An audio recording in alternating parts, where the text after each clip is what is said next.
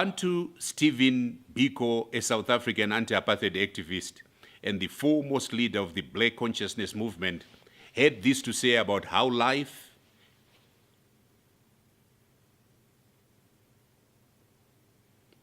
Bantu Stephen Biko, a South African anti-apartheid activist and the foremost leader of the Black consciousness movement, had this to say about how to live a life of purpose.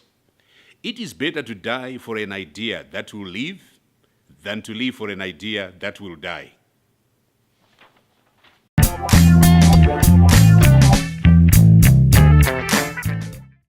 Hello, my friends, and good afternoon, or evening, or morning, wherever you are. Welcome to Makamba Life.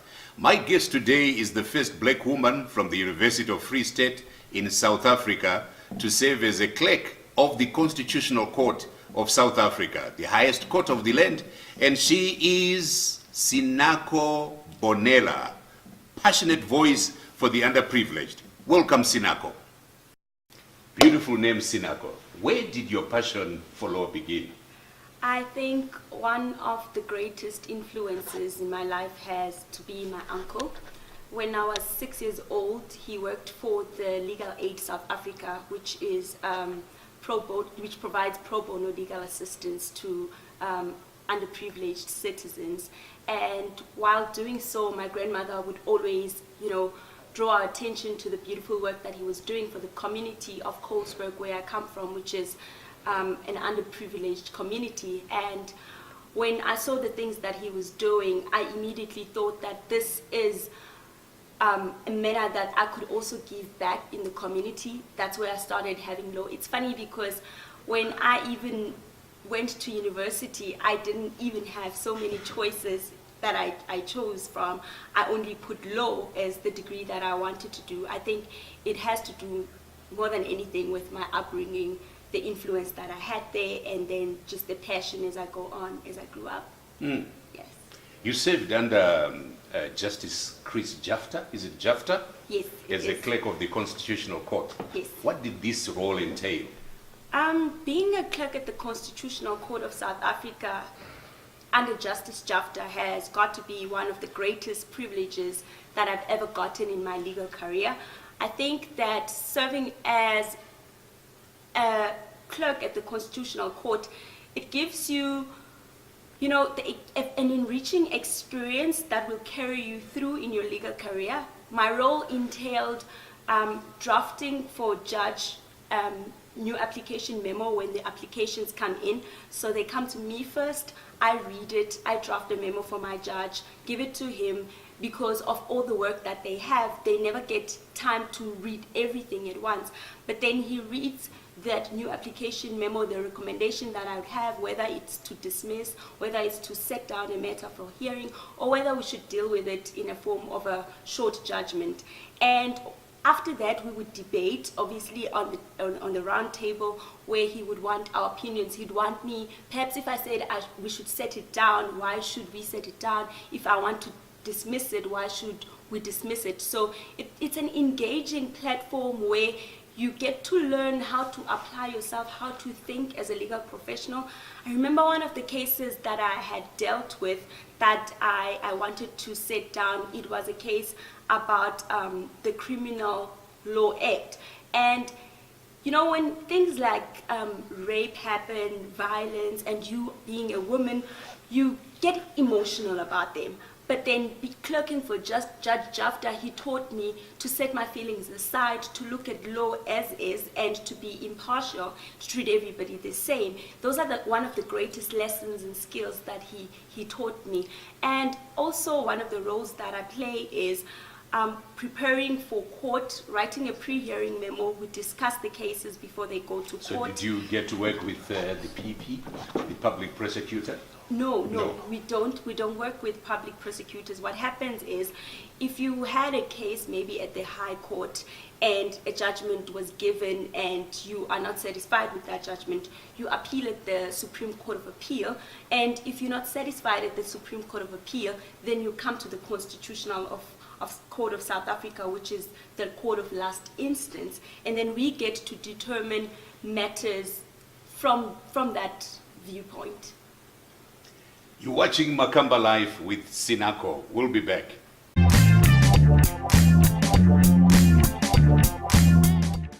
Welcome back to Makamba Live, where we're discussing legal matters today. So, you are Deputy Chief Justice Moseneke, just left a few months ago, okay? And you were succeeded by Deputy Chief Justice Raymond Zondo, okay? Is it correct to say each judge or each Chief Justice have their own culture? Yes, of course, it's true. Every judge has their own culture. For instance, my experience working from Judge Jafta to working from the Deputy Chief Justice Zondo has been totally different. Everything is different. Every judge thinks differently. Every judge conducts their chambers differently. And it's a great experience for me to have clerked for different judges at the Constitutional Court at different times. I mean, as a person, from my own personal growth, from my growth within the legal profession, it's very enriching. Is there a flair that you particularly prefer? No. I don't have preferences. You don't? No. Okay. You handle many cases. You do a certain amount of research as well? Yes. What would you say is the most challenging case that you have had to deal with so far? Wow. I have a lot of cases that I've dealt with, considering I've been at the court for 18 months now. But one of the most challenging, I could say, but at the same time fulfilling, it was the EFF versus National Assembly Speaker. It's a recent case. Yes, it's a recent case where we had to determine whether there is power to vote for a vote of no confidence with a secret ballot. It was a challenging case. Well, there's been quite a number. I sat in a case of Bongingosi Kanyile, but luckily the parties settled in court. And I've sat in cases such as Nomsa Elendlala, where the people are disputing over rules that they are subjected to at a shelter where they stay. And at the same time, you get to deal with these land deprivation rights, and you get to sit and decide how far can we go saying that you're entitled to this, and how far can we say on creating rules that will not infringe on somebody's dignity. I said in cases such as Yolanda Daniels, which is linked to that. I guess my passion for people makes all these cases that deal with socio-economic rights more interesting for me, and those are the cases that I've enjoyed more. And every case has its own challenges. Every case is, as important as the next case. So I really, on top of my head, can't just emphasize the importance of all these cases that I've got to sit at. Trudy Martin found endearment, I think, with the majority of South Africans. What would you attribute that to?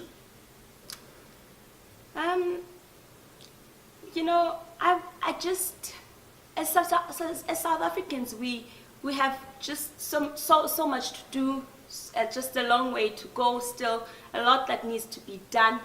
And I feel like Advocate Trudy Martin has played an important role in shaping our country, in standing up for everyone as the public protector. And I really do admire the role that she played in South Africa in just bringing us to being aware of some issues that we have not even been aware of.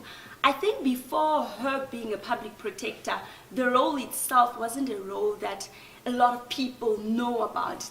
A lot of people didn't even know that there's a public protector, which is one of the things that I'm passionate about, the fact that there's not enough access to information, especially to the black people. There's not enough access to justice itself because of the lack of the information. And I admire people who just take a stand and create ways in which, you know, we can have access and can have a better society ourselves, you know. Yeah.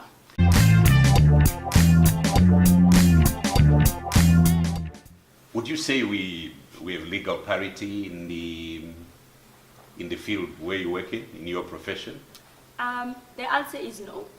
We have not reached a level where we should be at. We're still struggling as women to get access to certain positions within the legal fraternity. We are still struggling even as black people as a whole. We have not reached a level of transformation that is envisaged in the Constitution itself. I think that we still need to break boundaries and we still need to be given the opportunities to do so.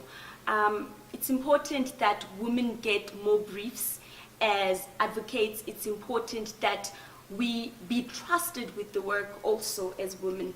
A lot of people do still have those stereotypes that they want to brief a man because they think a man knows more, which is not really the case. I mean, we are in 2017 where a lot of women are being educated and are constantly proving themselves. You just spoke about Advocate Trudy Martin, which is a woman itself. So we need to be trusted more, we need to be briefed more, we need more transformation.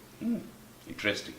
You provide free legal advice in your spare time and you are extremely passionate about giving back to the community. Is this your true passion? And if so, what comes next after your current engagement? That is actually my true passion. I think that's just how it's making me smile. I have a passion for people. I think it has to do with my whole background, where I have been able to break boundaries, to just not let circumstances define me, to come from nothing and be something. Hence, it is my passion that I make sure that each and every person who comes from an underprivileged background can look in my story and see that it's possible and there is nothing that is impossible. I started a give back movement. I call it Sinako, we can, after my name. And the strength in the name, meaning me and you working together, there's so much that we can do. It has been endorsed by the judges of the Constitutional Court of South Africa. I had my second constitutional tour this past Saturday, where Justice Kadri Sitlwane was sitting. My first one, Judge Jafta, who is my mentor, was sitting also. And what I try to do is to teach young aspiring legal professionals of the life lessons that I've learned, to share the skills that I've learned in the legal career, to even disseminate information, you know, the different bursaries, the different things that you should look out for in the field, how you should conduct yourself as a person and as a professional, and just more than what it means to be a clerk at the Constitutional Court of South Africa. It's really fulfilling, just looking at the young group's faces when they light up, when they're given these opportunities, when they speak to the judges, when they sit down and be granted an opportunity to even speak to them. When I first went to the Constitutional Court, it was for my interview to be a law clerk at the court. And I sort of took that moment and said, this is my opportunity to ensure that I get what I want. And that positive mentality, I think, is the reason I'm where I am. So it's something that I want to share. It's something that I want each and every young person to have, to believe in themselves, to see themselves great, and to work towards that greatness. And no matter what happens, they can just keep going. You know, sometimes all we need is that one person who will believe in us, for us to just believe in ourselves, or even remember what is within. I always say that we're all meant to shine as children do. So if I can, with my light, make sure that your light also shines, then I'm fulfilled. I think that's what I'm passionate about the most. Fantastic. You're watching Makamba Life, and we're shining.